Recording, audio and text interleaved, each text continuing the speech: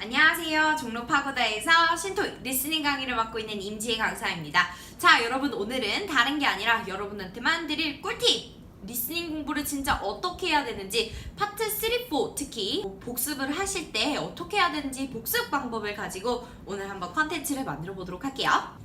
자, 파트 3, 4 복습 방법은요, 여러분 제가 여러분한테 일단 첫 번째로 문제를 계속 수업 시간에도 풀릴 때 어떻게 풀죠? 부교재 문제를 풀고 난 다음에 채점을 할 때가 중요했었죠, 여러분.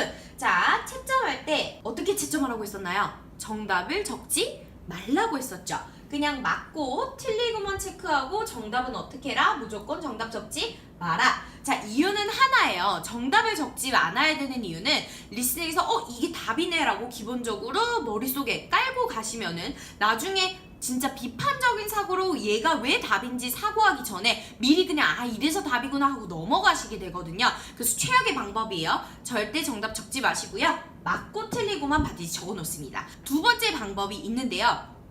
자, 맞고 틀리고를 하고 난 다음에 여러분께서 두 번째 풀어야 되는 방법은 문제를 다시 풀기입니다.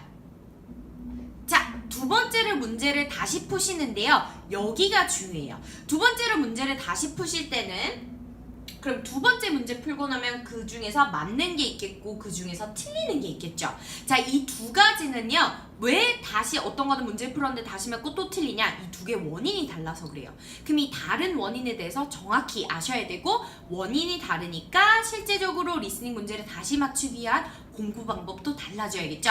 자, 일단은 첫 번째로 두 번째 풀었는데 맞춘 아이들은 보통 어떤 아이들이냐면 여러분들이 훅 하고 놓쳤을 가능성이 굉장히 높은 아이들, 그러니까 고로 실수일 가능성이 굉장히 높은 아이들이고요. 혹은 두 번째, 자, 독해처럼 스크립트를 볼 때 해석은 되는데 청해력, 그러니까 귀로 들었을 때는 아차 싶은 소리를 모르는 아이들이 대부분입니다. 이런 아이들은 소리를 모르거나 실수한 아이들은 다시 실수를 하지 않기 위해서, 그러니까 소리를 제대로 알기 위해서 음원이 익숙해지는 게 중요하겠죠. 그래서 이 아이들은 직청직해 연습을 하고 딕테이션과 쉐도잉 공부를 해주시는 게 중요합니다. 자, 제가 리스닝에서 공부 많이 상담하면서 얘기하는 게 이 직청직해 부분인데요. 여러분 어떻게 하라고 했었죠? 지하철에서 음원 들으면서 자, where is the museum? 이렇게 딱 들었다. 그러면 여기 박물관이 어디 있지? 이런 식으로 바로바로 해석해보는 게 직청직해 연습이라고 했어요. 특히 파트 3, 4 같은 경우는 호흡이 굉장히 길 줄 알기 때문에 구간별로 잘라가면서 직청직해 연습을 하자, 이렇게 강조를 많이 드리고 있는 편이고요. 자, 그래서 이 아이 두 번째로 다시 풀었는데 맞추는 아이들은 여러분들이 다시 문제를 풀었을 때 굉장히 잘 맞출 확률이 높다라고 생각하시면 되고요.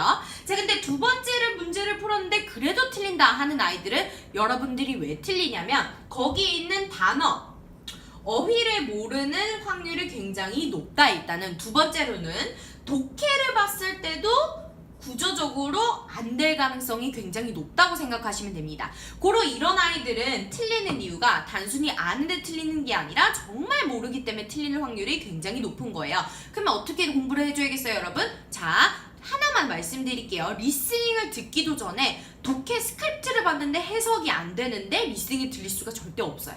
그러므로 두 번째 틀린 아이들은 어떻게 해주셔야 되냐면 이 아이들은 직독직해, 그리고 완전 독해 공부하듯 공부해 주셔야 됩니다. 그래서 모르는 단어도 당연히 찾아보셔야 되고요. 그 다음에 단어 구조상으로 만약에 내가 주어가 뭔지 동사가 뭔지 그 다음에 수식어가 어구가 뭔지 잘라서 잘 안 보인다 하시는 부분도 전부 다 봐주셔야 됩니다. 이해되셨나요? 자, 그래서 이렇게 오늘은 파트 3, 4의 복습 방법에 대해서 말씀드렸는데요. 왜 이렇게 공부해야 되는지 잘 모르시는 분들한테 보통 상담 때 말씀드리는 거여서 제가 특별히 유튜브 동영상을 촬영해서 올립니다. 여러분 사실 이 동영상은요, 유튜버로서 올리는 동영상이 아니라 수업 시간 때 너무나도 말하고 싶은데 시간이 없어서 못 말하는 꿀팁들을 제 수강생한테 제공해드리는 느낌이거든요. 그러니까 이 부분 자, 다시 한번 볼게요.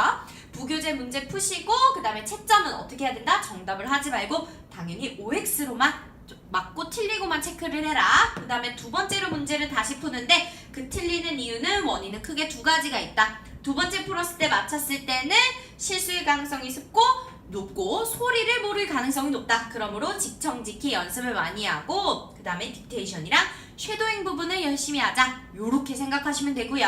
자, 두 번째로 다시 풀었을 때도 틀린 아이들은 뭐가 필요하다?